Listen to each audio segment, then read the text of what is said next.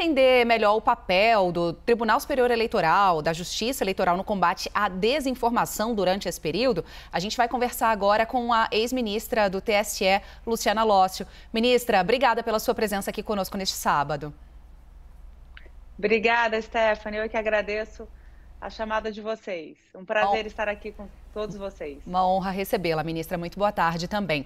O tempo de propaganda eleitoral tem tudo a ver com o tamanho, né, das bancadas dos partidos no Congresso Nacional e a maneira também com que eles se unem, com que eles se atam uns aos outros no período eleitoral. Essa é a forma mais justa que a Justiça Eleitoral encontra, que o nosso arcabouço jurídico eleitoral encontra para dar espaço para os candidatos, porque é muito comum a gente ver, vira até meme, depois vira piada, o candidato gritar o próprio nome e o número do partido numa tentativa desesperada de se fazer visível para o eleitor. Essa ainda é a melhor forma de distribuirmos esse tempo precioso na televisão para os candidatos? Stephanie, eu acho que é sim.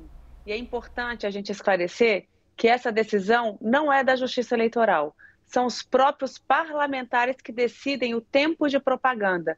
Isso advém de uma lei feita, obviamente, pelo Poder Legislativo, e a Justiça Eleitoral ela simplesmente cumpre o que está dito e o que foi deliberado pelo Parlamento para que todos os eleitores possam compreender, possam conhecer os seus futuros candidatos e futuros representantes populares.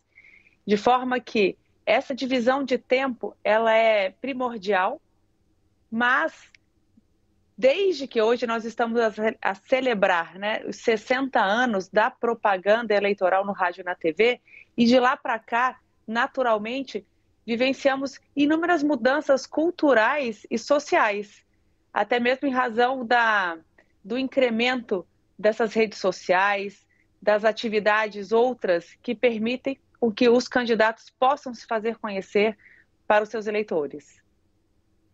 Ministra, Kenzo agora falando, ministra, eu gostaria de saber como é que é feita a fiscalização em relação a esses conteúdos que vão ser veiculados, de que forma que o Tribunal Superior Eleitoral faz essa fiscalização de forma efetiva em todo esse conteúdo, esse crivo em que vai ser veiculado na TV e no rádio. Perfeito. Kenzo, é um prazer falar com você também.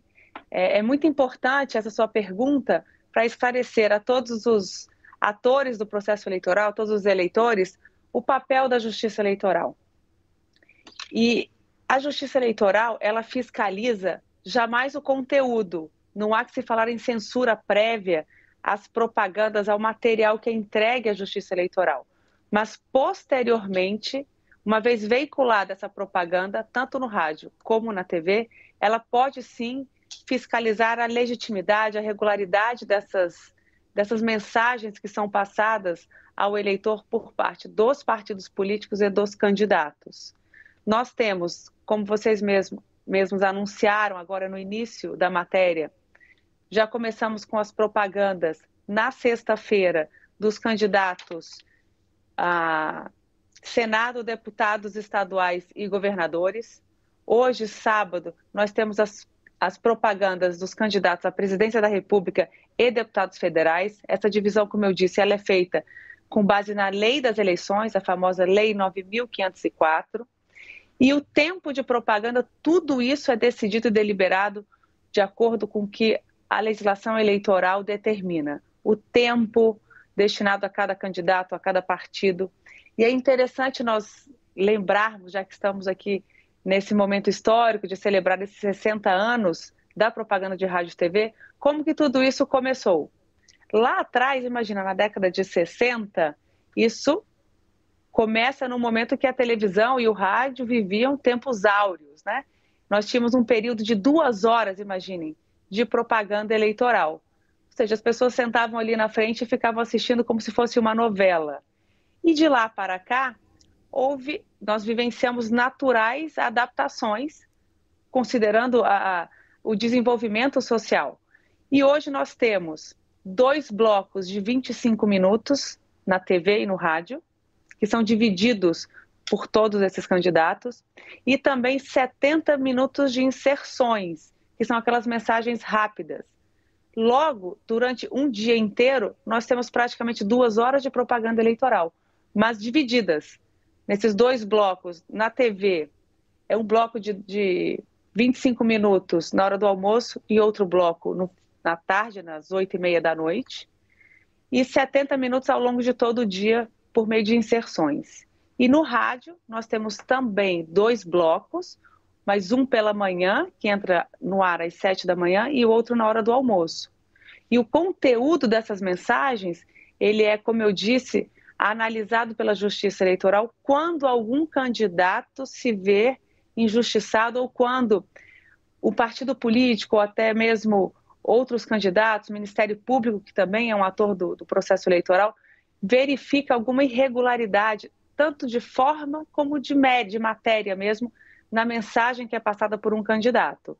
Não há que se falar em censura prévia. Essas propagandas, elas são entregues à Justiça Eleitoral, a todo um plano de mídia que é apresentado, discutido e deliberado, e uma vez entregue o material, a Justiça Eleitoral apresenta, entrega às emissoras para que sejam veiculadas e, posteriormente, os candidatos podem se insurgir contra alguma mensagem. Ministra, e pensando nessa atuação posterior, né, da Justiça Eleitoral e trazendo aqui para essa nossa conversa também o ambiente de internet, né, das redes sociais, dos aplicativos de mensagem, de troca instantânea de comunicação, como evitar que tantos casos surjam, assim, que a todo momento haja a disseminação de alguma informação ou equivocada ou propositalmente falsa? Não seria, assim, a punição exemplar o melhor meio? É sim. Eu acho que a punição exemplar é o melhor meio, ele é educativo. Mas essa punição ela tem que se dar sempre de forma posterior à veiculação da propaganda, sob pena de nós sofrermos aí uma censura prévia, que é vedado pelo nosso ordenamento jurídico.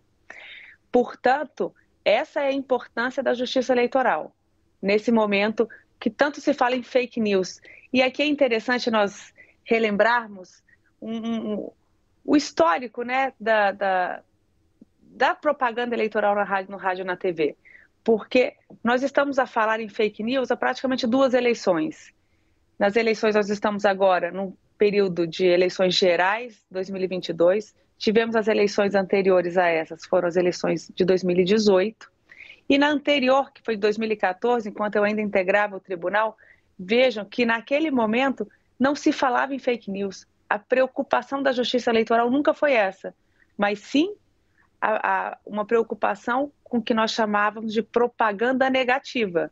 Porque é natural imaginarmos que todo esse tempo de horário eleitoral gratuito, ele foi idealizado para quê? Para que os eleitores, que são o principal ator do processo eleitoral, é o eleitor. Ele que tem que ser alimentado de informações para poder bem e fielmente escolher o seu representante popular. Então, antigamente, a preocupação era com as propagandas negativas, porque o ideal era que o candidato se apresentasse nesse período, nesse momento, e trouxesse as suas propostas, dissesse o que ele pensa sobre tais ou quais situações, sobre o futuro do país, enfim. E não ficasse ali tentando denegrir a imagem do outro, já que a ideia era propor, né, ideias e propostas ao eleitor. E de uns tempos para cá, isso é um fenômeno mundial, não é apenas no Brasil. Nós estamos, em razão do crescimento das redes sociais, os veículos de informação, a disseminação da informação se faz de uma forma muito rápida, né? Não mais, imagine, um jornal impresso apenas ou com jornal, rádio e TV. De forma que essas notícias falsas, não há um controle. A Justiça Eleitoral e nenhum outro órgão de instituição alguma consegue controlar. Por exemplo, nós estamos aqui a falar e qualquer pessoa, qualquer cidadão pode estar veiculando uma fake news na internet. E não tem como a Justiça Eleitoral se controlar, tentar buscar um controle sobre a disseminação dessas informações. Mas, no que toca às notícias veiculadas nas propagandas de rádio e TV, a Justiça Eleitoral tem total controle.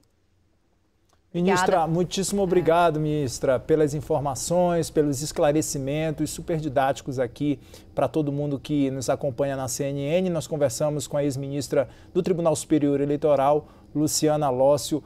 Ministra, muitíssimo obrigado, portas abertas, até a próxima oportunidade. Obrigada, eu que agradeço. Boa tarde a todos.